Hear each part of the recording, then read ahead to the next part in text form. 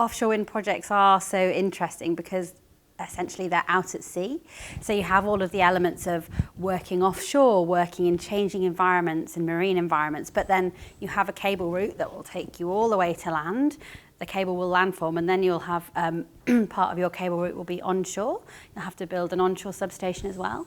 So you've got both sort of offshore and onshore elements to the projects, and that kind of adds extra layers of complexity, and also consenting at the coast, where you've got a mix of legislation between offshore legislation and onshore legislation. So it makes it a really interesting job to do, because every day you could be working on something different. You're engaging regularly with government bodies and government agencies, trying to keep track of lots of different legislation changes. As we get changes in government, there's always changes that filter down through the planning system as well. So it's quite a complex environment, but it means that every day is quite different. Similarities between working for a regulator and working in the industry would be that we have the same goal. So, you know, in the industry, you want to get consent for an offshore wind farm, want to build an offshore wind farm. As a regulator, you know, you receive applications to review and consent offshore wind farms. That's your goal. We're all working towards the same goal. We're all working in the renewable energy industry. We want to create renewable power.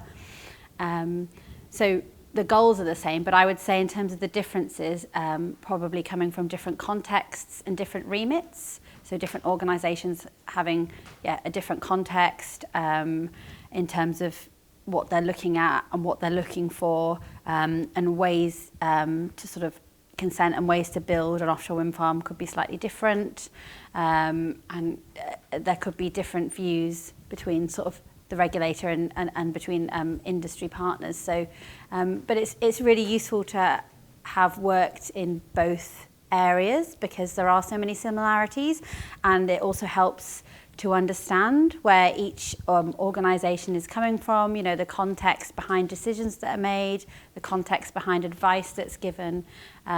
It's very useful. So we need all sorts of people with all sorts of backgrounds. We don't necessarily need specific academic qualifications to get into offshore wind or offshore wind consenting.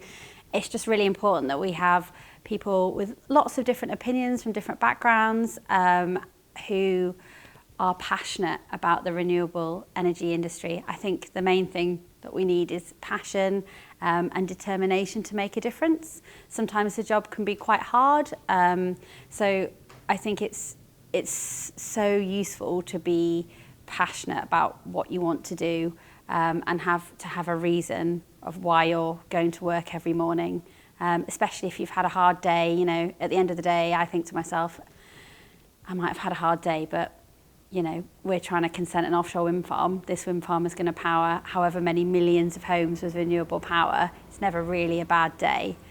I think it's useful to gain some work experience. So for example, while you're at university studying a degree, it's always good to try and get some work experience. It doesn't necessarily have to be in the offshore wind industry, but practicing key skills like working in a team or writing, summarising topics.